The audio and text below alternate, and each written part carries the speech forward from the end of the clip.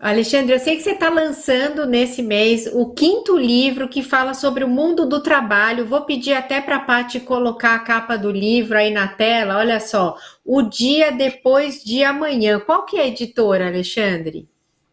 Arquipélago Editorial é uma editora do Rio Grande do Sul que lançou meus 5 livros, inclusive esse novinho que é O Dia Depois de Amanhã.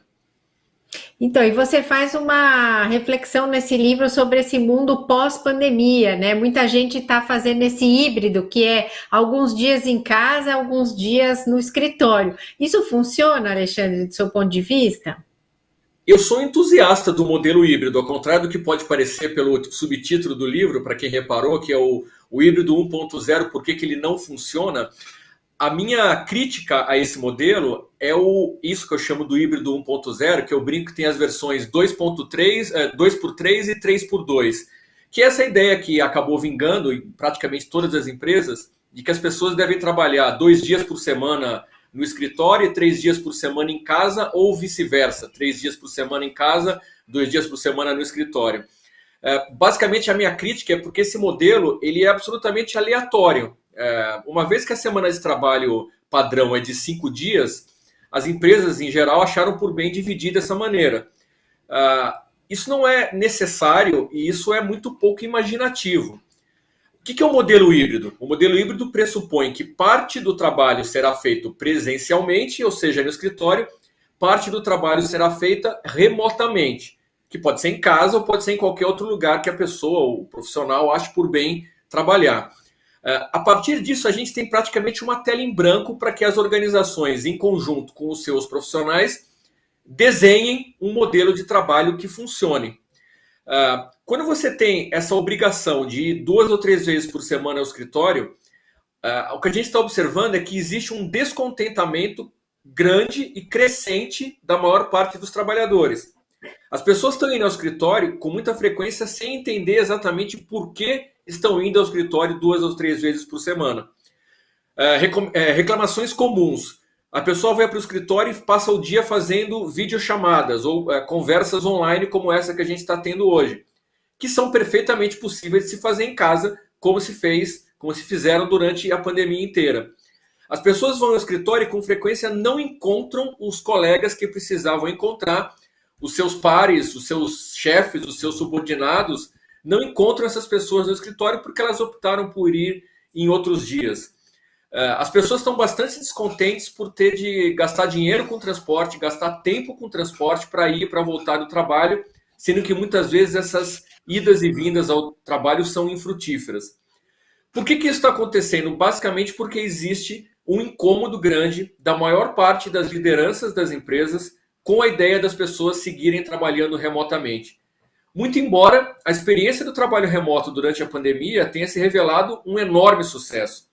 Se a gente olhar todas as pesquisas sobre produtividade do trabalho durante a pandemia, seja em nível internacional, seja aqui no Brasil, a gente vê que o que houve predominantemente foi uma manutenção ou aumento da produtividade durante o período da pandemia. Portanto, você não tem uma queda de rendimento das pessoas durante a pandemia. Você não teve uma queda expressiva do compromisso das pessoas com o trabalho. Isso que você falou até num tom meio de brincadeira. Será que quando as pessoas estão em casa, elas trabalham menos? Não foi o que a gente viu.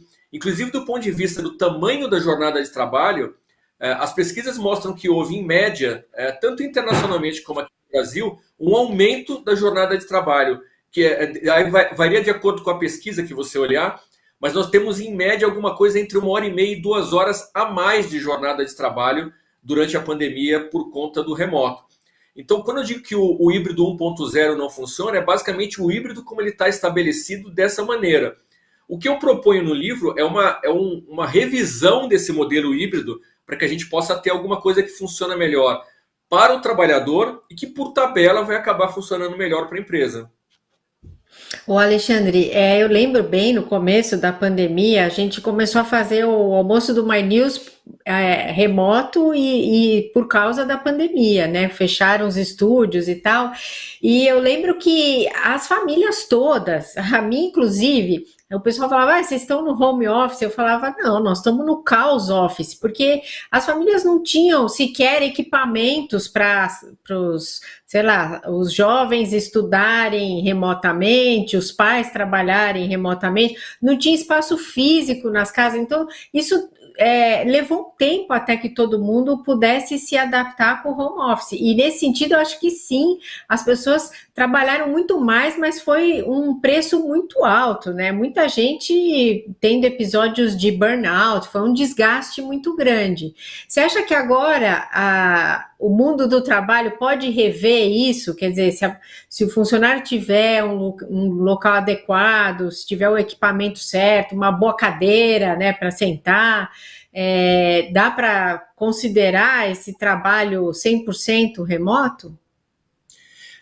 Sim, dá. Nós temos, passados 3 anos do início da pandemia, ou mais do que isso, na verdade, quem podia trabalhar remotamente, e aí vale a pena a gente só dar um passo atrás e olhar para o quadro maior, né? No Brasil, no auge da pandemia, quando estava as cidades em boa medida fechadas, restrições de circulação, e todo mundo que poderia trabalhar em casa foi trabalhar em casa, nós estamos falando de 11% da população economicamente ativa do país, tá?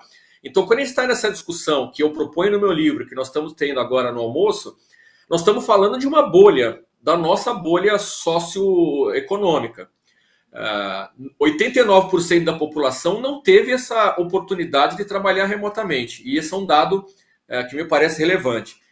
Dentro dessa bolha dos 11% da população economicamente ativa que puderam trabalhar remotamente, nós tivemos uma parcela importante, eu não tenho um número, duvido que haja uma pesquisa explicitando esse número, mas tem um contingente importante dentro desses 11% que tiveram esses problemas graves de infraestrutura para trabalhar remotamente. Então, isso foi de fato um problema grande para muita gente e para muitas empresas que tiveram que do dia para a noite criar condições para essas pessoas trabalharem, ajudar essas pessoas de alguma maneira a ter o básico, como você disse, uma cadeira decente, o equipamento mínimo para trabalhar, uma conexão de Wi-Fi, que foi talvez a grande dificuldade no Brasil, foi conexões de Wi-Fi. A maior parte dos brasileiros que tem acesso à internet acessam apenas pelo celular, não tem um notebook para usar no seu trabalho, e muita gente não tem uma conexão de qualidade de Wi-Fi.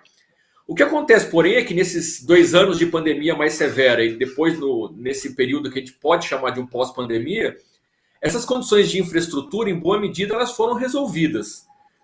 As pessoas que poderiam e podem trabalhar remotamente, elas têm, em princípio, condições para trabalhar assim. O que a gente continua tendo são, muitas vezes, arranjos domésticos que não são favoráveis para o trabalho remoto. Muitas pessoas dividindo os mesmos cômodos, falta de um espaço silencioso, com algum grau de privacidade para as pessoas trabalharem. Às vezes, mais de uma pessoa trabalhando em casa. Durante a pandemia, você vai se lembrar que as famílias sofreram muito quando tinham que compartilhar equipamentos e espaços com crianças, adultos trabalhando e crianças estudando remotamente. Mas isso que você chamou do caos da pandemia, em boa medida isso está superado. Então agora, quando a gente fala de trabalho remoto, a gente está falando de questões exclusivamente afeitas ao modelo de trabalho. Então você pergunta, dá para hoje trabalhar melhor de maneira 100% remota? Sem dúvida que dá, e você tem uma minoria, e eu acho que isso passará a ser sempre uma minoria, trabalhando 100% de maneira remota. Eu não acho que essa é a solução para a maioria das empresas. Está muito claro hoje que o melhor modelo para a maioria das empresas é o modelo híbrido. Então, de novo, a minha crítica é o modelo híbrido como ele está funcionando hoje, e não ao modelo híbrido em geral. Tanto que a primeira linha do meu livro é: o futuro próximo do trabalho é predominante híbrido, tendendo ao remoto.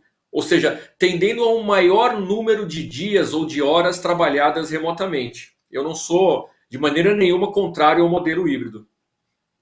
Olha, a Paula tá falando aqui no chat que ela sente falta daquele momento do cafezinho, daquela troca. Essa interação entre as pessoas de uma empresa é uma coisa importante, Alexandre? Dá para É super fazer isso no importante. remoto? Nós fizemos durante a pandemia, as empresas e as pessoas foram criativas para encontrar maneiras de fazer isso. Então, eu me lembro, por exemplo, no início da pandemia eu tava trabalhando numa empresa, part-time, mas estava ligado a uma empresa. E criaram-se ideias como promover happy hours, em que a empresa mandava, sei lá, uma latinha de cerveja e um kit com algum petisco para as pessoas se conectarem naquele momento e estarem juntas remotamente. As empresas criaram formas distintas de manter algum tipo de vínculo social. Mas esse é um dos fatores que me fazem pensar que o híbrido, quando possível, ele é mais interessante do que o 100% remoto. Essa socialização entre colegas de trabalho ela é importante por várias questões que vão da saúde mental à criatividade. Quando eu falo de criatividade, eu entro em um dos pontos fundamentais do trabalho presencial.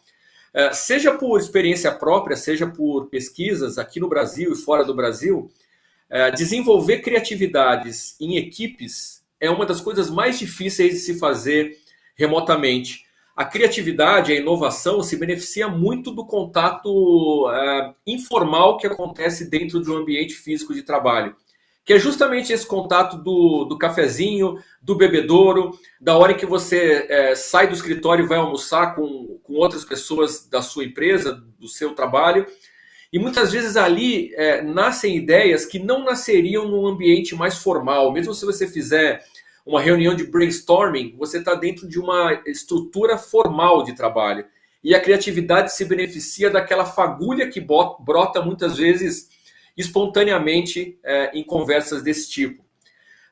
Outro C importante, criatividade é um dos grandes, eu chamo de, tem dois grandes Cs do trabalho presencial. Criatividade é um e cultura organizacional é um outro fator super importante e bastante difícil de desenvolver, de fomentar quando as pessoas estão trabalhando à distância. Que basicamente é aquela ideia de quando você convive com as pessoas no mesmo ambiente, é muito fácil você observar quais são os comportamentos aceitos, quais são os comportamentos não aceitos, não tolerados dentro de um ambiente. Você tem a oportunidade de observar ao longo do dia, ao longo da semana, do mês, do ano, de maneira informal, como é que o seu chefe se comporta, como é que os seus colegas se comportam, eventualmente como é que os seus subordinados se comportam. E com o passar do tempo, de uma maneira muito espontânea, você acaba se aculturando. Esse processo de aculturamento é super importante se você quiser ter equipes dentro de uma empresa que tenham um certo grau de coesão, que é o que faz uma companhia ter o seu jeito de trabalhar, o seu jeito de funcionar, e isso é um ativo super importante para companhias que têm uma cultura organizacional forte. Então, criatividade e cultura são duas das coisas que justificam a ida ao escritório. E a partir dessas percepções, dos grandes fatores que justificam a ida ao escritório, é que eu proponho para a gente desenvolver o que poderia ser um modelo novo de híbrido, o que eu chamo de design de experiências de trabalho, que é basicamente colocar gestores, gestoras e suas equipes e os profissionais da empresa para juntos desenharem as melhores configurações de trabalho entre presencial e remoto e desenhar um modelo híbrido que faça sentido. E nós não vamos sair com um único modelo híbrido que vai substituir isso que eu chamo de híbrido 1.0. Se esse exercício for feito a sério nas empresas, a gente vai ter a oportunidade de desenvolver modelos híbridos sob medida para cada organização, eventualmente vários modelos diferentes dentro de uma organização grande. Essa é a proposta que eu faço no dia depois de amanhã. Muito bom. Se você está assistindo essa live aqui e quer falar sobre esse assunto com o seu chefe, mas não sabe direito como, encaminhe esse vídeo. Quem sabe surge essa discussão ou compre o livro do Alexandre Teixeira, dá de presente para a sua chefia aí, porque tem tudo a ver com o que você falou, né, Alexandre? Não faz sentido você determinar um dia para todo mundo ir lá sem ter um motivo, né? Qual é o motivo que todo mundo vai lá? Todo mundo vai interagir? Não, vai metade num dia, metade no outro, você causa uma bolha, né? Um grupo vai num dia, outro vai no outro, eles não interagem, eles precisam interagir, não precisam, tudo isso tem que ser levado em conta para determinar esse dia do presencial, né, Alexandre? Eu estou muito satisfeita com a nossa conversa aqui. Fala. Não, idealmente as pessoas deveriam saber exatamente para que elas estão indo ao escritório hoje ou amanhã e tá programadas para isso. Que tipo de reunião elas vão fazer, quem elas vão encontrar. Idealmente você vai ter um momento que é para socializar mesmo, que é isso. Pode parecer uma perda de tempo, mas eu acho fundamental estabelecer momentos na ida ao escritório que são sem agenda mesmo, para que as pessoas possam trocar ideia, conversar, tomar café. Tem empresas que criaram happy hours organizados mesmo em espaços presenciais no final do dia. É super importante ter clareza de por que ir ao escritório. Essa, na verdade, é a regra básica do híbrido funcionar. Essa é uma delas, a outra é: ninguém deveria ser convocado a ir para o escritório para fazer coisas que se faz igual ou melhor de casa.